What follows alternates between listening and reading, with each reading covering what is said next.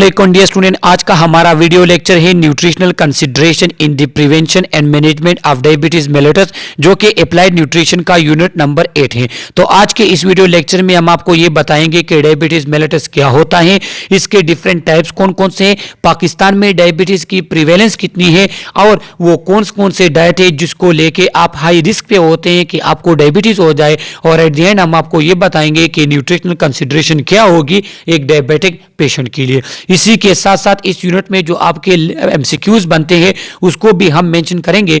Video start करने से पहले आप लोगों से रिक्वेस्ट है कि अगर आप हमारे चैनल पे नए हैं तो आप हमारे चैनल को सब्सक्राइब करें ताकि हर आने वाली वीडियो आपको मिल सके, और इसी के साथ आप हमारी वीडियो को लाइक करें।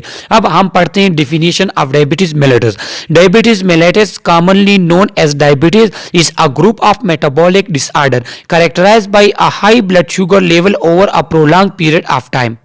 कि डायबिटीज मेलिटस, जिसको सिंपली हम डायबिटीज भी कहते हैं या नाम जबान में हम कहते हैं कि ये शुगर का मरीज है, तो ये कहें कि ये हमारे पास एक मेटाबॉलिक डिसऑर्डर है जिसमें क्या होगा, जिसमें आपके ब्लड में ग्लूकोज लेवल जो है वो प्रोलॉन्ग टाइम के लिए हाई रहेगा, नॉर्मल लेवल से वो हाई रहेगा आपके ब्लड में। तो फिर क्या होता है, फिर इसे कहते हैं डायबिटीज मेलिटस। तो ये क्यों रहता है, देखो हमारे बॉडी में ग्लूकोज की मेटाबॉलिज्म कौन करता है, इंसुलिन करता है, और इंसुलिन सेक्रेट होता है कहां से, बीटा सेल ऑफ पेनक्रियास से। तो किसी भी वजह से अगर आपके बॉडी में इंसुलिन की प्रोडक्शन नॉर्मल नहीं है या आपके पास इंसुलिन के रिसेप्टर में कोई प्रॉब्लम है, तो आपकी मेटाबॉलिज्म ऑफ ग्लूकोज आपके बॉडी में नहीं होगा, और जब मेटाबॉलिज्म ऑफ ग्लूकोज नहीं होगा तो आपका ब्लड शुगर लेवल वो हाई रहेगा, और इसे कहते हैं डायबिटीज मेलिटस। इसमें क्या होता है, इसमें हमारे पास जो सिम्टम है, तो सिम्टम को हम पढ़ते हैं, लेकिन इससे पहले हम इसके टाइप्स पढ़ लेते हैं, फिर इसके बाद इसके सिम्टम आपके लिए इजी हो जाएंगे। फर्स्ट हमारे पास है टाइप 1 डायबिटीज मेलिटस। जैसा कि मैंने आपको बताया कि इंसुलिन हमारे बॉडी में मेटाबॉलिज्म ऑफ ग्लूकोज करता है, लेकिन टाइप 1 डायबिटीज में यह होता है कि अगर आपकी बीटा सेल में कोई प्रॉब्लम है कि आपकी पेनक्रियास की बीटा सेल वो इंसुलिन प्रोड्यूस नहीं कर रही, या आपके पास नॉर्मल इंसुलिन नहीं है, या आपके पास इंसुलिन कम मिकदार में प्रोड्यूस होता है, तो फिर आपको क्या होगी, आप में ग्लूकोज मेटाबॉलिज्म नॉर्मल नहीं होगी और फिर आप टाइप 1 डायबिटीज का शिकार होंगे। टाइप 2 डायबिटीज मेलिटस में क्या होता है, टाइप 2 डायबिटीज मेलिटस में ऐसा होता है कि आपके पास इंसुलिन प्रोडक्शन नॉर्मल होती है, लेकिन वो रिसेप्टर जिसके साथ बाइंड होके आपके पास इन ग्लूकोज को कन्वर्ट करता है स्मॉल ड्रॉप्स, स्मॉल कंपोनेंट में, तो वो रिसेप्टर आपके पास काम नहीं कर रहे होते। तो फिर अगर आपके पास इंसुलिन रिसेप्टर में प्रॉब्लम है तो इसे कहते हैं टाइप 2 डायबिटीज मेलिटस। एक इंपॉर्टेंट बात बता दूं कि टाइप 1 डायबिटीज में हम इंसुलिन देते हैं क्योंकि इंसुलिन की कमी होती है, टाइप 2 डायबिटीज में हम नॉर्मली इंसुलिन अक्सर नहीं देते। इसके बाद हमारे पास थर्ड टाइप है गेस्टेशनल डायबिटीज। गेस्टेशनल डायबिटीज वो डायबिटीज होता है कि जब हमारे पास फीमेल प्रेग्नेंट होती है तो अक्सर फीमेल को प्रेगनेंसी के दौरान क्या हो जाते हैं, उसको डायबिटीज हो जाता है, लेकिन वो डायबिटीज सिर्फ प्रेगनेंसी में रहते हैं, प्रेगनेंसी के बाद वो डायबिटीज खुद ब खुद खत्म हो जाता है। लेकिन अगर फीमेल ओबेस है और वो डाइट वगैरह में केयर नहीं कर रही तो फिर क्या हो जाते हैं, फिर उसका ये गेस्टेशनल डायबिटीज क्या हो जाते हैं, वो टाइप 2 डायबिटीज में कन्वर्ट हो जाते हैं। तो ये हमारे पास 3 टाइप्स हैं किसके, डायबिटीज के। इसके बाद अब हम यहाँ पे इसके सिम्टम पढ़ लेते हैं कि हमारे पास इसका पहला सिम्टम जो हमारे पास है वो है फ्रीक्वेंट यूरिनेशन। देखो जब आपके ब्लड में क्या होगा, ग्लूकोज लेवल हाई होगा, तो फिर आपकी किडनी ने जो है वो हाई ग्लूकोज को बॉडी से रिमूव करना होगा। तब आपके पास किडनी में, यूरिन में जब ग्लूकोज लेवल हाई होते हैं तो वो अपनी तरफ ज्यादा वाटर को खींचता है। जब वो अपनी तरफ ज्यादा फ्लूइड वाटर को खींचेगा तो फिर क्या होगा, आपके पास यूरिन ज्यादा बनेगा और आपको फ्रीक्वेंट यूरिनेशन आएगी। सेकंड हमारे पास सिम्टम इसका कि इंक्रीज थर्स्ट। बिल्कुल वही बात कि जब आपके पास फ्लूइड की एब्जॉर्प्शन ज्यादा होती है, वाटर की एब्जॉर्प्शन ज्यादा होती है, क्योंकि आपके पास क्या है, आपके पास यूरिन में किडनी ने ज्यादा ग्लूकोज को फिल्टर करना होता है, फिर आपकी बॉडी को वाटर की ज्यादा नीड पड़ती है और आपका जो यूरिन होगा, फ्रीक्वेंट यूरिनेशन आपको आएगी, फिर आपको प्यास भी ज्यादा लगेगी, आप वाटर जल्दी जल्दी पिएंगे। इसके बाद हमारे पास आ जाता है इंक्रीज एपिटाइट। इंक्रीज एपिटाइट क्यों होता है, देखो हमारे हमारे बॉडी में ग्लूकोज एनर्जी प्रोड्यूस करता है। लेकिन अगर ग्लूकोज मेटाबॉलिज्म में कोई प्रॉब्लम है तो ग्लूकोज मेटाबॉलिज्म में अगर प्रॉब्लम है आपकी बॉडी में एनर्जी प्रोड्यूस नहीं होगी। लेकिन सेल को तो एनर्जी की जरूरत है, तो फिर क्या होगा, फिर आप ज्यादा से ज्यादा खाएंगे ताकि आप वो एनर्जी बॉडी में पूरी करें, लेकिन आपकी वो एनर्जी पूरी नहीं होगी क्योंकि ग्लूकोज की मेटाबॉलिज्म ही नहीं हो रही। वो उसी तरह जिस तरह आपने लिया है उसी तरह वो आपकी बॉडी से बाहर जा रहा है। इसके बाद हमारे पास ये है कि इंसुलिन किस तरह काम करता है। तो इंसुलिन का तो आपका पता होना चाहिए कि इंसुलिन के अपने रिसेप्टर होते हैं। तो ये हमारे पास इंसुलिन अपने रिसेप्टर के साथ अटैच हो गया, ये हमारे पास ग्लूकोज अपने रिसेप्टर के साथ अटैच हुआ और ग्लूकोज फिर कन्वर्ट हो जाता है स्मॉल पार्टिकल में, एब्जॉर्बेबल फॉर्म में कन्वर्ट हो जाते हैं। अब हम यहाँ पे पढ़ते हैं ग्लोबल प्रिवेलेंस ऑफ डायबिटीज के, पूरी दुनिया में डायबिटीज की कितनी प्रिवेलेंस है। ये जस्ट रीडेबल चीजें, इसको हम रीड आउट करते हैं। इसमें 2-3 वैल्यू जो है वो आपने एमसीक्यूज के लिए याद रखनी है। लेकिन जो टाइप्स हैं डायबिटीज के तो वो आपको याद होने चाहिए कि किस किस टाइप में क्या क्या होते हैं हमारे पास। According to International Diabetes Federation, 463 million people have a diabetes in the world. By 2045 this will rise to 700 million. तो जो हमारे पास इंटरनेशनल डायबिटीज फेडरेशन है उसने क्या किया कि हमारे पास 463 मिलियन लोग जो है वो डायबिटीज का शिकार है पूरी दुनिया में, और ये हमारे पास ये तादाद जो है ये 700 मिलियन तक पहुंच सकती है 2045 में।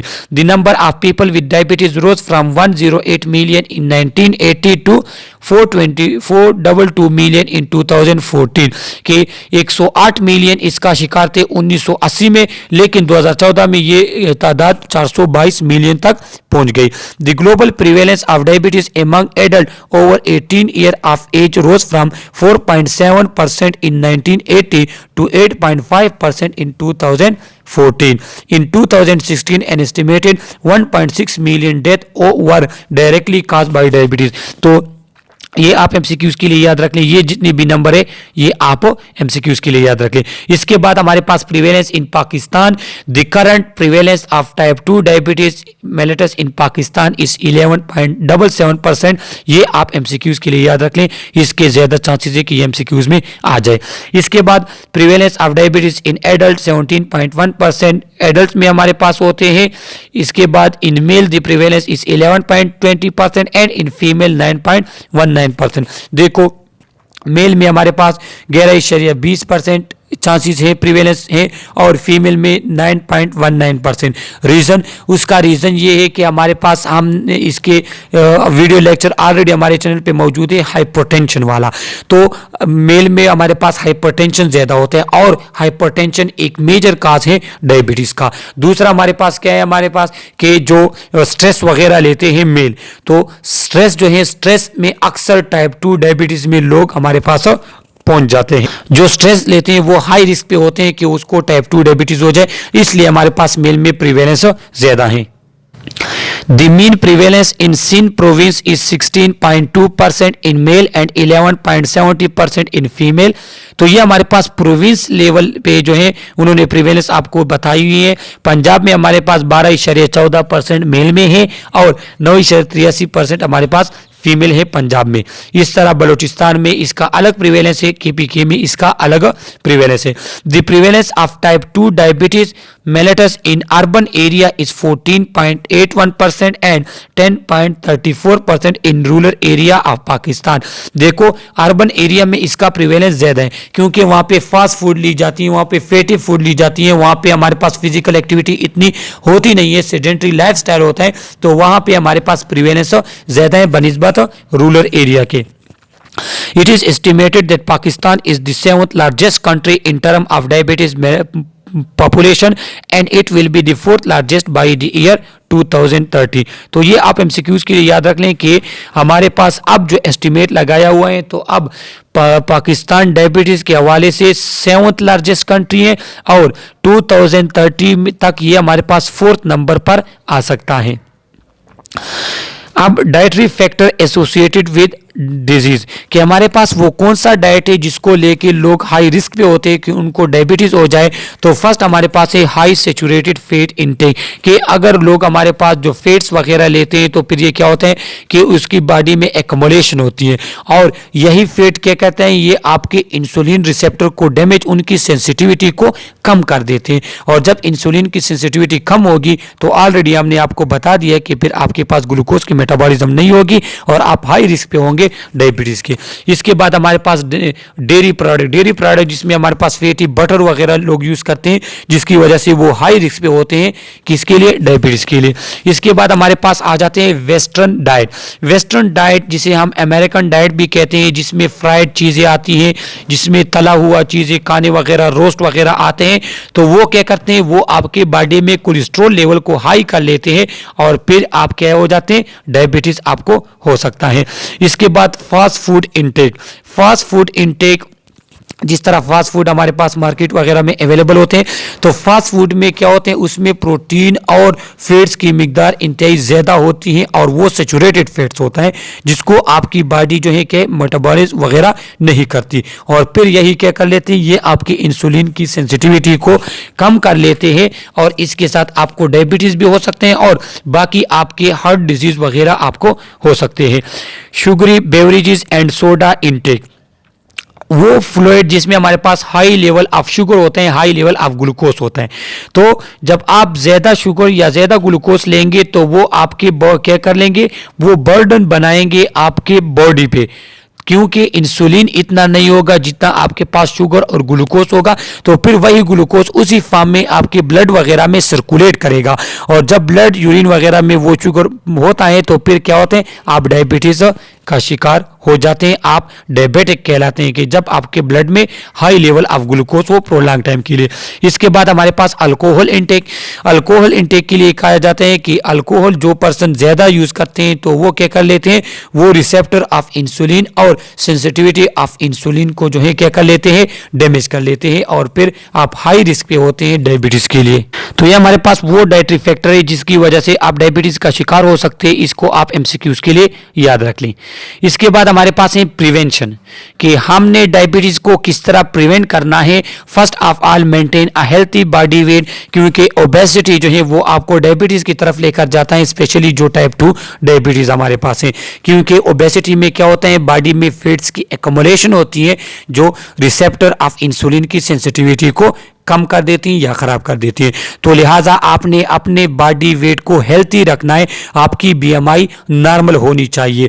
BMI कहते हैं बॉडी मास इंडेक्स जिसे कहते हैं, जिसमें क्या होता है, जिसकी वैल्यू अगर 18.5 से लेके 24.9 तक है तो आप नॉर्मल है। अगर आपकी BMI 30 से ज़्यादा होती है तो आप ओबेस कहलाते हैं। ईट अ हेल्थी डाइट, आपने हेल्थी डाइट लेनी है, वो डाइट जिसमें आपके पास सेचुरेटेड फैट्स कम हो, वो डाइट जो आपके पास न्यूट्रिशनल हो, जो बैलेंस डाइट हो।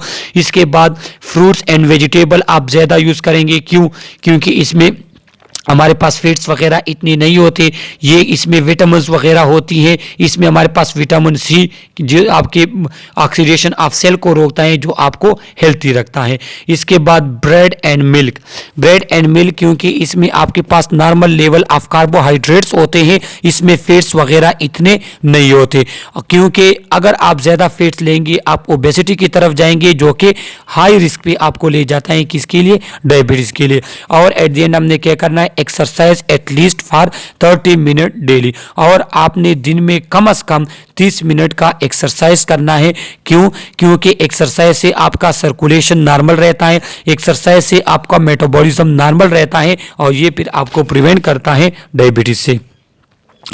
इसके बाद role of weight gain in the aetiology of type 2 diabetes mellitus, जैसा कि मैंने आपको ऑलरेडी बताया हुआ है कि जब आपका वेट ज़्यादा हो जाता है फिर आप हाई रिस्क पे होते हैं टाइप 2 डायबिटीज़ के। तो यहाँ पे कहा गया है कि हमारे पास जो लोग ओवर वेट होते हैं तो वो डायबिटीज़ किस तरह शिकार हो जाते हैं, डायबिटीज़ टाइप 2 का। The exact cause of diabetes are still not fully understood. It is known that factor of the risk of developing different type of diabetes mellitus, कि हमारे पास स्पेसिफिक काज क्या है डायबिटीज का वो अभी नहीं मालूम, लेकिन वो तमाम फैक्टर उन्होंने मालूम किए हुए हैं जो जिसकी वजह से आप हाई रिस्क पे होते हैं कि आपको डायबिटीज हो जाए। For type 2 diabetes this include being overweight और obese, having a body mass index BMI of 30 or greater. तो बॉडी मास इंडेक्स जो हमारे पास नॉर्मल होता है 18.5 से लेकर 24.9 तक, इसके बाद अगर 30 तक हैं तो आप ओवरवेट हैं, 25 से लेके 30 तक हैं तो आप ओवरवेट हैं, लेकिन 30 या 30 से एबव में फिर आप ओबेस हो जाते हैं। और जब आपकी BMI 30 से ज्यादा होगी तो फिर आप हाई रिस्क पे होंगे टाइप 2 डायबिटीज के लिए। Obesity is believe to account for 80 to 85% of the risk of developing type 2 diabetes. ये आप MCQs के लिए याद रखें कि जो पर्सन ओबेस होगा जिसकी BMI 30 से ज्यादा होगी वो 80 से लेके 85% तक चांसेस है कि उसको टाइप 2 डायबिटीज हो जाए। Obese people are up to 80 times more likely to develop type 2 diabetes than those with a BMI of less than 22। ये तो ऑलरेडी आपको हमने पढ़ लिया है कि हमारे पास जो ओबेस पर्सन होंगे उसमें चांसेस क्या होंगे, वो 80 टाइम तक ज्यादा रिस्क पे हैं कि उनको टाइप 2 डायबिटीज हो जाए बनिस्बत उन लोगों को जिसकी BMI 22 या इससे कम है। Obesity is also thought to trigger changes to the body metabolism. This changes cause fat tissue adipose tissue to release fat molecule into the blood. Obesity में क्या होगा कि आपके जो बॉडी में एक्स्ट्रा फैट है वो आपके ब्लड में आएगा। फिर क्या होगा कि यही fat which can effect insulin responsive cell and lead to reduce insulin sensitivity.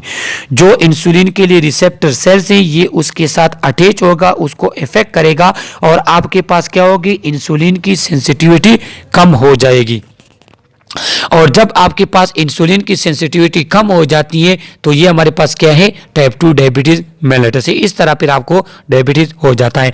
और लास्ट स्लाइड जो हमारे पास है कि नर्स का रोल क्या है डायबिटीज को प्रिवेंट करने, उसको ट्रीट करने में, कि कंट्रोल करने में, कि nurses have a key role in promoting physical activity and other lifestyle behaviour that reduce risk of diabetes. कि नर्स क्या करेगा, पब्लिक को, कम्युनिटी को ये एजुकेट करेगा, उसको काउंसल करेगा कि आपने क्या करना है, आपने हेल्थी लाइफस्टाइल अपनाना है, आपकी फिजिकल एक्टिविटी हेल्थी होनी चाहिए, एक्सरसाइज न्यूट्रिएंट वगैरह पे आपने तवज्जो देनी चाहिए ताकि डायबिटीज का रिस्क आप में कम से कम हो। Saturated structure education is an effective and systematic way of providing self management and behavior changes for those at risk of diabetes. तो वो लोग जो हमारे पास डायबिटीज के ज्यादा रिस्क पे होते हैं, किस लिए, कि या तो वो हमारे पास कोई जेनेटिक उसमें डायबिटीज चला आ रहा है, या उसके जो है हमारे पास ओवरवेट होता जा रहा है, या उसके न्यूट्रिशनल हमारे पास कुछ बिहेवियर सही नहीं है। तो फिर क्या होगा, फिर हमने उसको सिस्टमेटिक वे के थ्रू क्या करना होगा, उसने हमने बिहेवियर चेंज करनी होगी। एक प्रॉपर चैनल के थ्रू हमने उनकी बिहेवियर चेंज करनी होगी ताकि वो अपने डाइट को नॉर्मल लेवल तक ला सके और जो हाई रिस्क ऑफ डायबिटीज है उसको कम किया जा सके। Communicating risk is key to starting the behaviour change process. और क्या होगा कि जब लोगों को पता होगा कि वो किस किस चीज़ की वजह से डायबिटीज के लिए रिस्क पे हो सकते हैं तो क्या होगा, तो फिर उसके जो बिहेवियर चेंजेस प्रोसेस है उसमें ईजी होगी। फिर वो आप उसकी बिहेवियर जो है उसको चेंज कर सकेंगे, उसको आप इस पे जो है आमादा करेंगे कि आप एक्सरसाइज करें, आप न्यूट्रिएंट वगैरह नॉर्मल ले, आप हाई सैचुरेटेड फैट्स ना लें। No sweet to be eaten by diabetic patient. और जो लोग हमारे पास डायबिटिक हैं ऑलरेडी तो हम उसको मना करेंगे कि आप स्वीट नहीं लेंगे, आप डायरेक्ट शुगर या ग्लूकोज नहीं लेंगे, आप मीठी चीज़ें नहीं लेंगे। Advice complex carbohydrate instead of simple.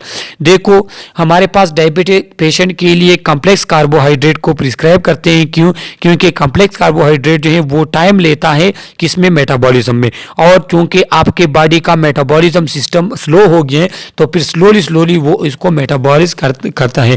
लेकिन जो सिंपल शुगर होते हैं उसको मेटाबॉलिज्म फिर जल्दी ज़रूरत होती है, लेकिन आपकी बॉडी का मेटाबॉलिक सिस्टम जो है वो डैमेज हो गया है तो फिर ये आप में डायबिटीज़ को और भी इंक्रीज कर लेते हैं, उसको आपको और भी हाई रिस्क पे ले आते हैं। Weight control and exercise are best to manage diabetes mellitus. और आपने अपना वेट भी कंट्रोल करना होगा। आप जो है नॉर्मल वेट आपका होना चाहिए, आपकी बीएमआई नॉर्मल होनी चाहिए, और रेगुलर एक्सरसाइज, ये बेस्ट मैनेजमेंट है किसके लिए, डायबिटीज मेलिटस में। तो ये हमारे पास डायबिटीज मेलिटस की न्यूट्रिशनल मैनेजमेंट आपने कौन कौन सी करनी होगी इस यूनिट में। अगर आपको कोई भी क्वेश्चन हो थ्रू कमेंट आप हमसे पूछ सकते हैं। Okay, thank you.